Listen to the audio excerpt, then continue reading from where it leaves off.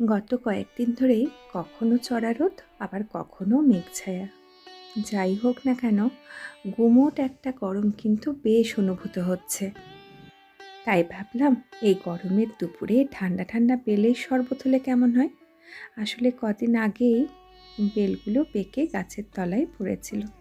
এগুলো আমাদের বাড়ির গাছের বেল, যেমন শাঁসালো তেমনি মিষ্টি। মনে হবে যেন চিনি দিয়ে কেউ ফুটিয়ে রেখেছে, এত মিষ্টি বেলগুলো। তো বেলগুলোকে ভেঙে ভেতরের যে শাঁসের অংশ সেটা নিয়ে নিচ্ছি। গ্রীষ্মের দুপুরগুলোতে ঠান্ডা ঠান্ডা বিভিন্ন শরবতগুলো খেতে কিন্তু ভালোই লাগে। আমার চ্যানেলে চোখ রাখবেন, গ্রীষ্মের বিভিন্ন ধরনের শরবত আমি কিছুদিনের মধ্যেই পরপর পোস্ট করতে থাকবো।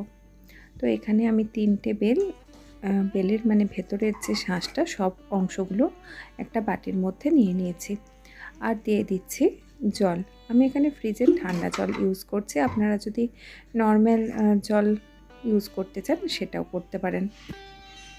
মিনিট 6-7 মতো শাঁসটাকে জলের মধ্যে ডুবিয়ে রেখে দেবো, তাহলে শাঁসটা খুব নরম হয়ে যাবে আর এর থেকে বেলের শরবতটা বানাতেও সুবিধা হবে।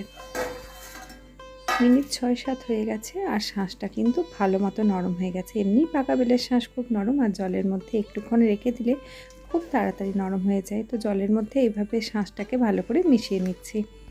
এবারে এটাকে ছেঁকে নিতে হবে, সেজন্য একটা বড় পাত্র নিয়েছি, তার উপরে একটা ঝাঁঝরি দিয়ে দিয়েছি। এই যে ঝাঁঝরিটার নিচে বড় পাত্রটা রেখেছি। এবারে ওপর থেকে যে বেলটা জলের মধ্যে গুলিয়ে নিয়েছি শাঁসটা সবটাই ঢেলে দিলাম। হাতের সাহায্যে এইভাবে অল্প অল্প করে ঘোরাতে থাকবো, নিচের দিকে সমস্ত বেলের শাঁসটা কিন্তু জমা হয়ে যাবে। কিছুক্ষণ এরকম করে নেওয়ার পর বেলের বীজ আর ওপরের যে ছোবড়ার মতো অংশগুলো ঝাঁঝরিতে রয়ে গেছে, সমস্ত নরম শাঁস সহ জলটা নিচের পাত্রতে জমা হয়ে গেছে। তবে এটা খুব ঘন, সেজন্য আমি আরেকটু জল যোগ করে দিচ্ছি। যেহেতু বেলটা খুব মিষ্টি ছিল, আমি কোনো রকম চিনি যোগ করিনি। আর শরবতটা পরিবেশন করার আগে আপনারা অল্প একটু বরফ দিতে পারেন। আমি তো ফ্রিজের ঠান্ডা জল দিয়ে শরবতটা বানিয়েছিলাম, খুব বেশি ঠান্ডাটা চাইছিলাম না, তাই আমি আর কোনো রকম বরফ ইউজ করিনি। ব্যাস রেডি ঠান্ডা ঠান্ডা মন প্রাণ জুড়ানো বেলের শরবত। দেখা হবে পরের দিন আবার অন্য কোনো ভিডিও নিয়ে। ততক্ষণ সবাই সুস্থ থাকুন, ভালো থাকুন, সঙ্গে থাকুন।